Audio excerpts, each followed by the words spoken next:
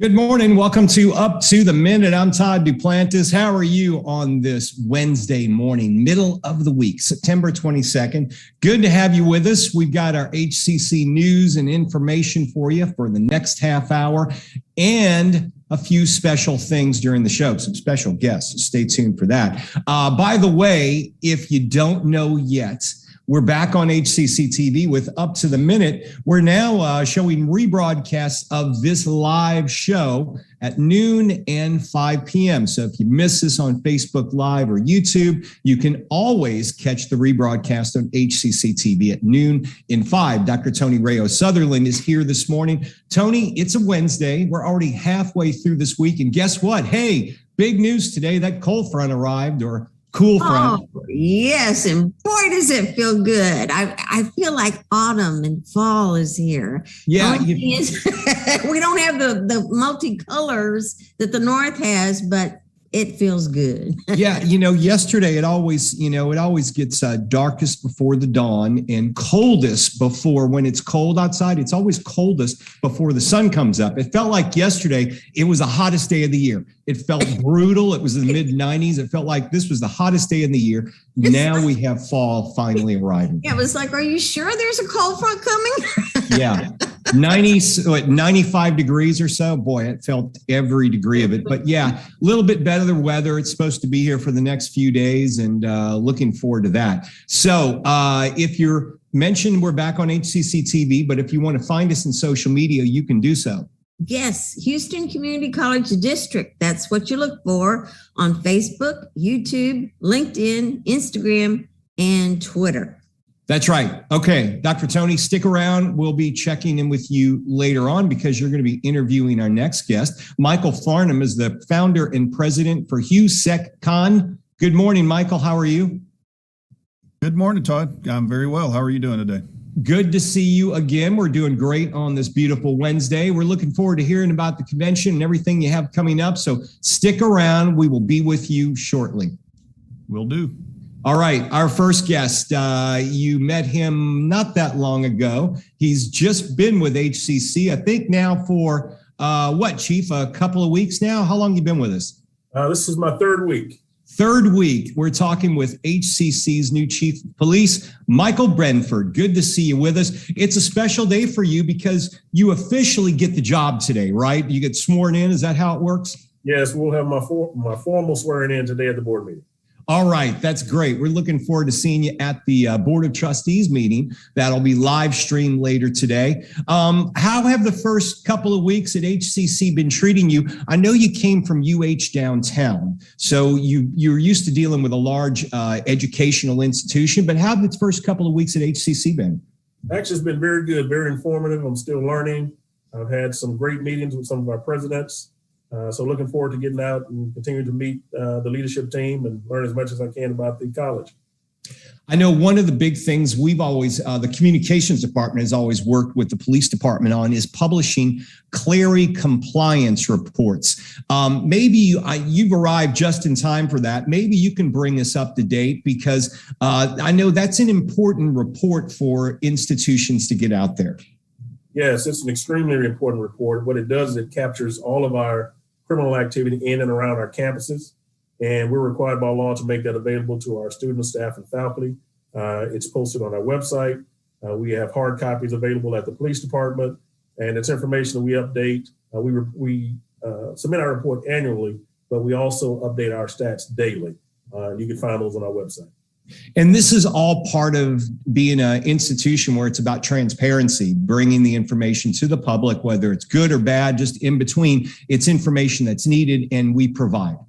Absolutely. It's a very good gauge on how we're doing as an institution and providing a safe environment for our students, staff, and faculty. It allows the police department to focus our resources in various areas to make sure that we're attentive to the needs of our community. Chief, I understand, across the city of Houston, you go out to a restaurant, you go to a store, you're waiting in line, you're waiting for your food to get ordered, and there seem to be staffing shortages across the board, really everywhere you go. Is that the case with at the college here as well and in the police department? Are you guys facing that as well? Yes, we are currently, we do currently have some shortages. We have started a very aggressive recruiting program to tap into resources around the city, specifically our own internal Houston Community College Police Academy. They're generating some great cadets, and we're looking forward to going out and interviewing those individuals and bringing them on board and making them a part of our team. Well, I was going to ask you about that because we've got the Public Safety Institute. They're training some fine cadets. It would seem obvious or a great recruiting means for being able to keep them at HCC. Absolutely. In fact, we work very closely with all of our local training academies, the University of Houston Downtown Training Academy, Warden Training Academy, our training academy. In fact, I met with our team the other day. We had a great conversation and looking forward to building that relationship. Big announcement was made about a month ago where the Chancellor's Chief of Staff sent out an announcement saying that students will be returning to campuses on October 4th. What type of role will your department be playing with students getting back on campuses? I mean, obviously, we're going to have a lot of people coming to campuses that weren't here before. Right. Our primary goal is to make sure that we're visible, make sure that we're attentive to the needs of our students, make sure that we're helpful. We're going to have, like you stated, individuals who've never been here, going to need direction, going to need information. And I want to make sure that our staff is right there on the spot to provide any information needed for our students to be successful. So you'll see, increased visibility in and around our campus. In the past, we've talked with law enforcement officers on this show during the shutdown about obstacles and problems people were going to face when things started opening again. And one of the things that was brought to our attention is you could see an increase in crime. And it appears that we've seen that in the Houston area, people going to the mall, leaving the mall, going to the bank, going to the grocery store, arriving at home in their parking garage and getting robbed at gunpoint. Are there some safety tips that you'd like to get across to students to just simply be aware of your surroundings, especially now in these times, because it seems like crime in Houston has been on the rise? Right. And it starts with self-awareness, making sure that we are familiar with our surroundings. If we get into an environment where we feel uncomfortable, make that call to the police department. We'll provide an escort if needed. If you see something, report something. I know it's become a little bit of a cliche, but it's still it's true a statement as we can make to make sure that we're providing a safe environment for our students. Well, you're made a great point about being aware of your surroundings, because some of our students may take later night classes. So you certainly do want to have a buddy with you. I guess if you're going out to the parking lot, maybe you're at the library later than normal and you're just returning, because many of our students haven't been to a campus in the better part of 18 months. Right. Now is really the time to be aware. Right. We're going to increase our efforts in the area of crime prevention.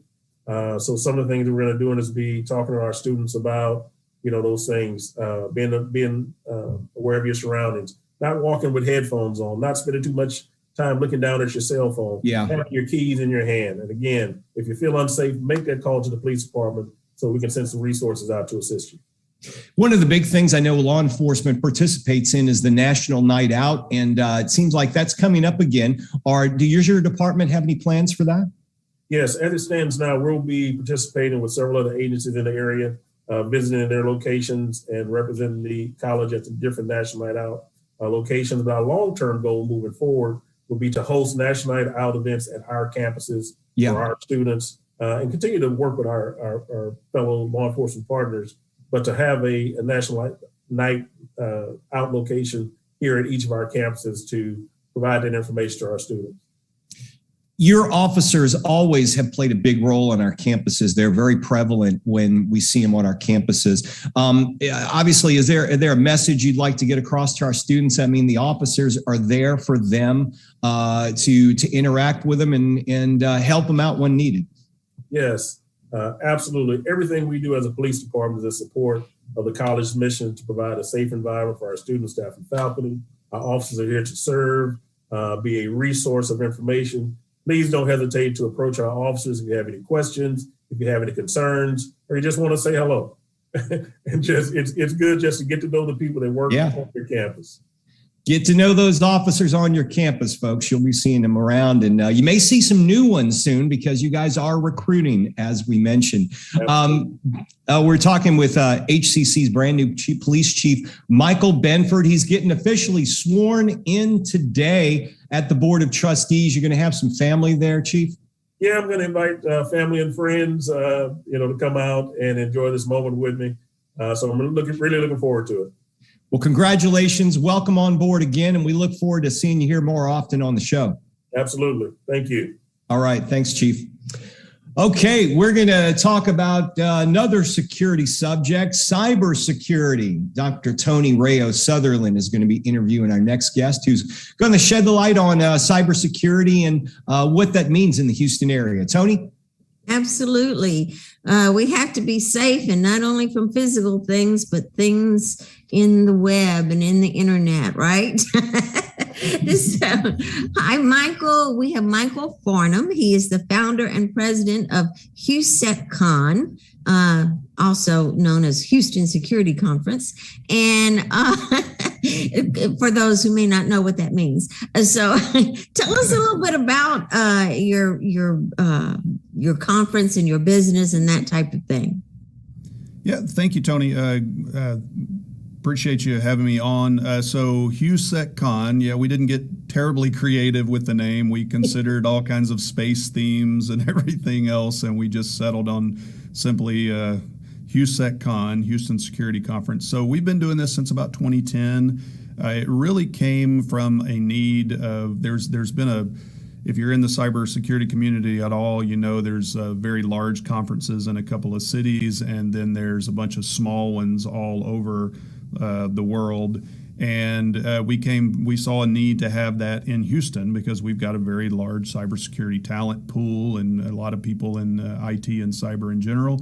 So about 2010, we started one that was not, our biggest goal was to have one that wasn't focused on just cybersecurity product vendors coming and speaking and talking about it. We wanted to get people from our local community and leaders in the cybersecurity field in general to come in and speak and give real good content.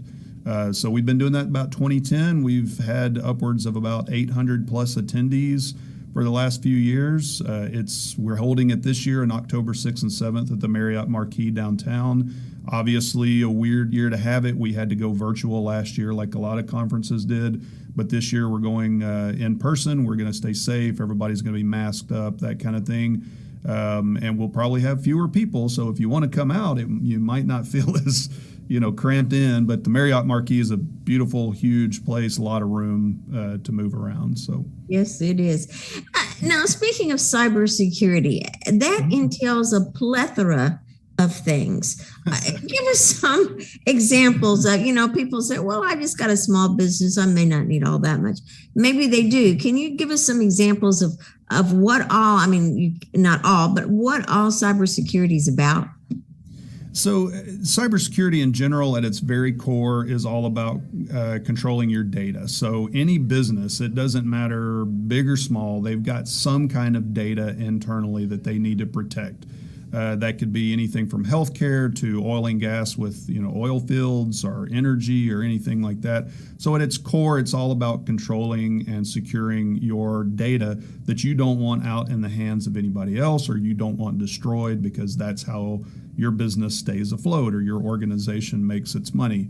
So you're right. There's a plethora of things to think about in that.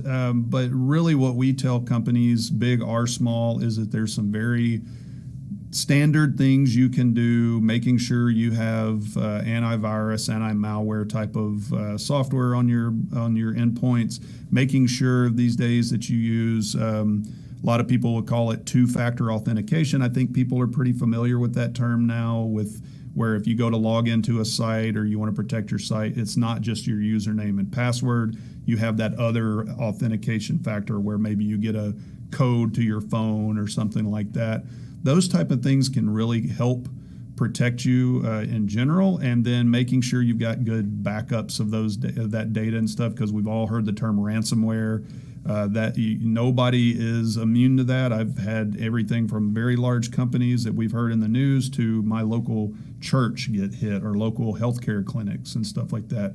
So nobody's immune to that. So doing some of those basic things can really protect you and make sure you can get through this. And hopefully one day, it's job security. I don't think it's ever going to go away, but hopefully we can get people to do better things.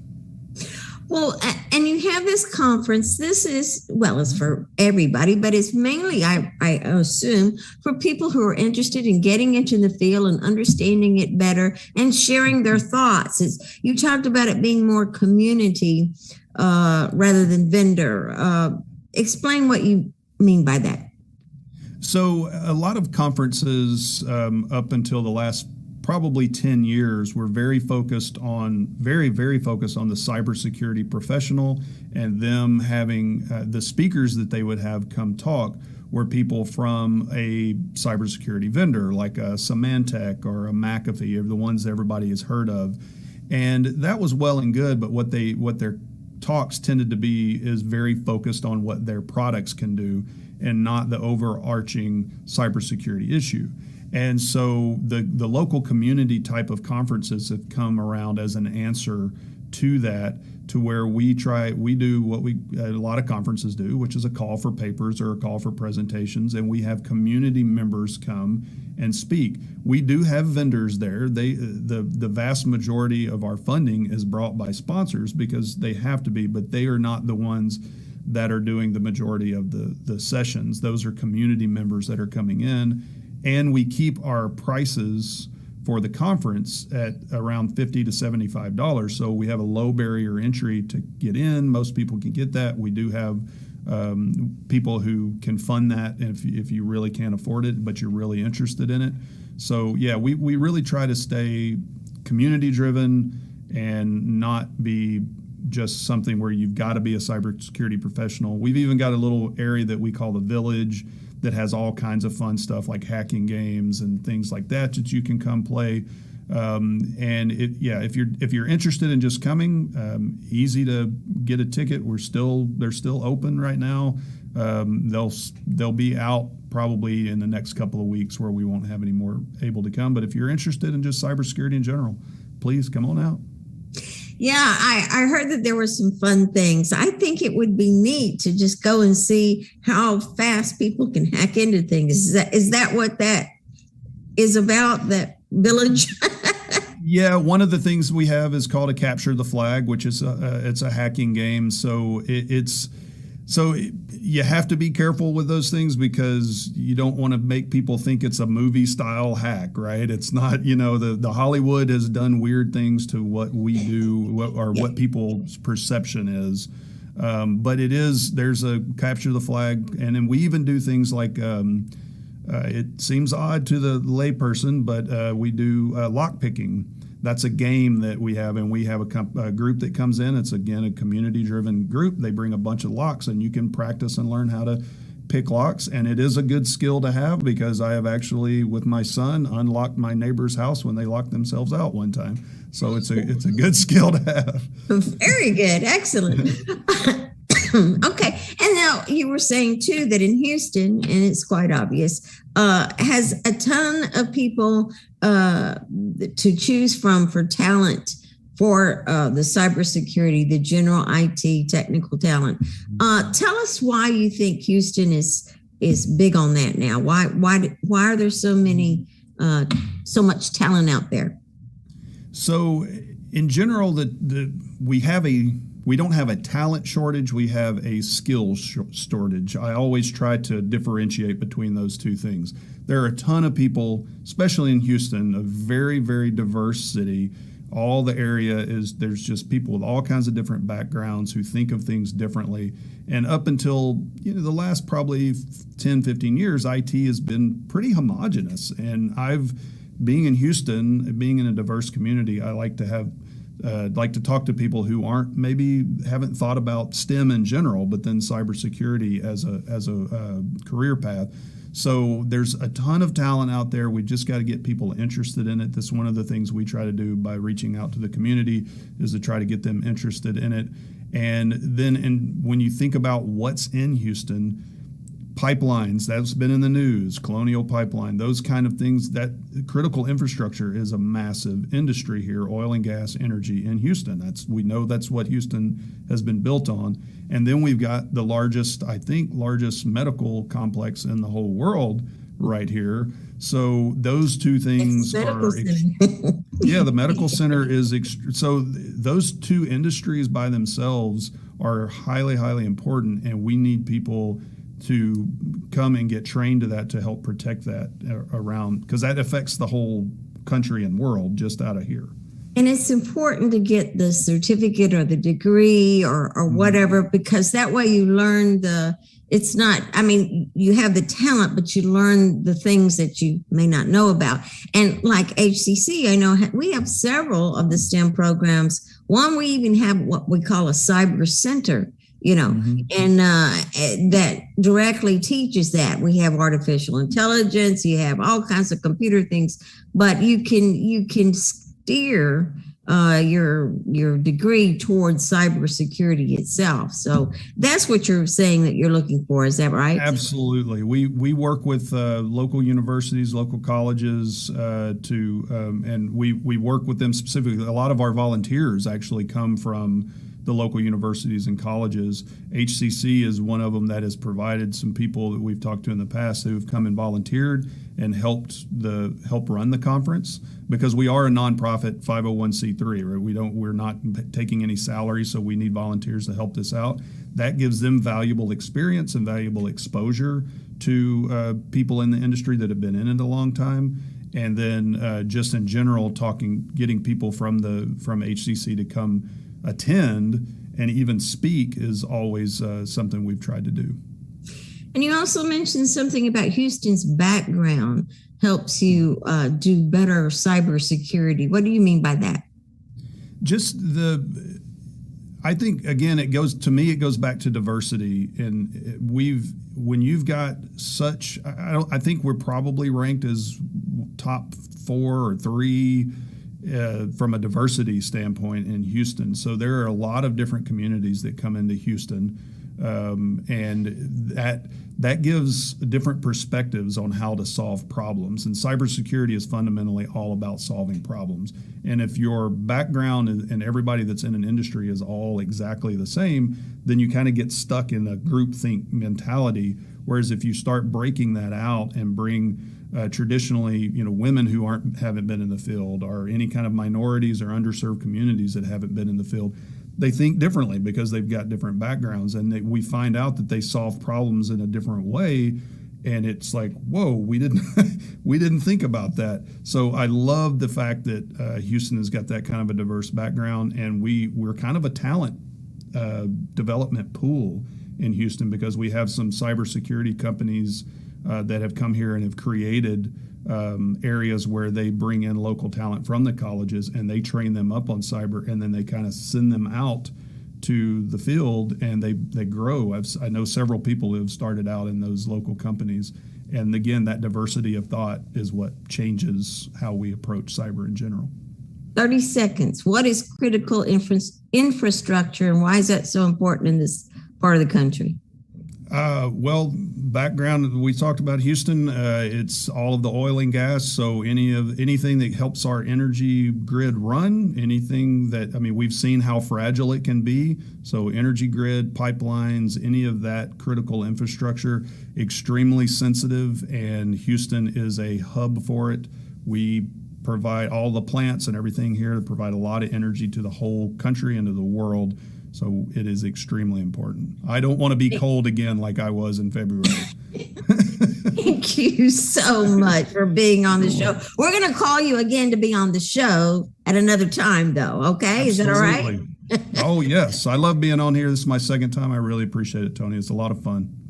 Well, thank you so much. This is Michael Farnum, founder and president of HOU.SEC.CON. And we have information about how to get tickets and all that kind of stuff at the end of the show.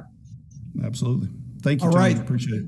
Thanks, Michael. Thanks for being here. Okay, Tony, we were talking about cybersecurity. Now we're going to talk about hacking. Life Hacking 101, Collaboration for School Success virtual series. That's right. You can participate noon Tuesday, September the 21st. Wait, that was yesterday. Oh, man. Here we go again.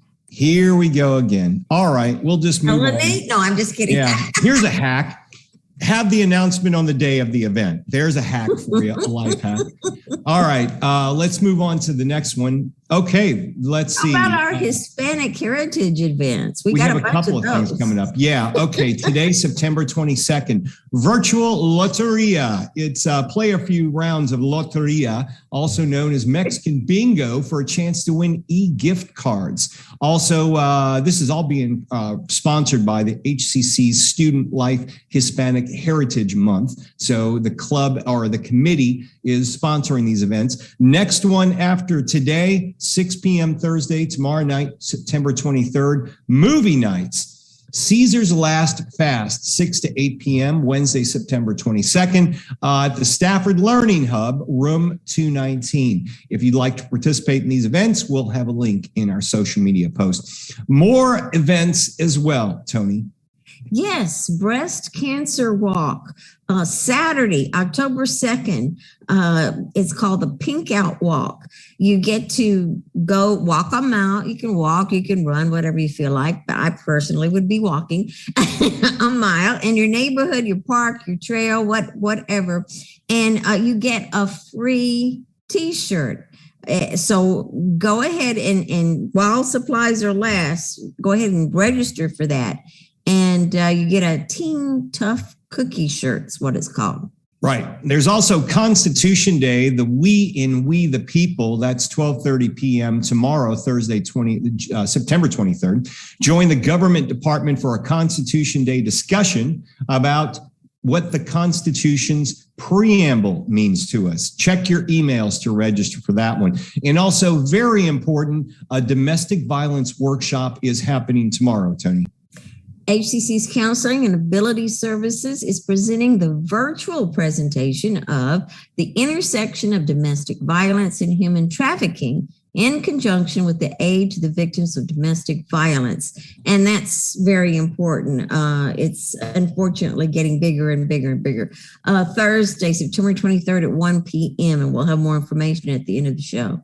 Okay, we're running out of time. We want to let you know that if you are looking to register at HCC, we do have year-round enrollment. In fact, you can register for the next round of classes. I believe they've got, 6 or 8 week sessions that are coming up. Either way, you can register now and also look towards registering for the spring. Spring registration is just around the corner, especially if you want to get into getting some of the emergency funding the government has made available. First things first, go register. You have to be a student to qualify for these extra funds that are available to help pay for all of your education in many cases. We have many ways for you to learn, including some specific online versions of courses, hybrid courses, which are online and in-person classes are returning October the 4th. For more information, go to hccs.edu/now. Tomorrow on the show, we got a very special guest, Tony. Yes, we have Dr. Zachary Hodges. He's president of Northwest College. He's been here for 45 years. Can you believe that? And he's going to talk to us about how HCC has grown. That's right. He'll be here tomorrow, along with guests from Space Center Houston. That's right. We'll hear from them. They'll be here for our Thursday virtual family fun day. All right. We're going to wrap up today's show. Tony will be back tomorrow. I'll be back as well. Watch our rebroadcast at noon and 5 p.m. on HCCTV. I'm Todd Duplantis. We'll see you live tomorrow, 10 a.m. on Up to the Minute.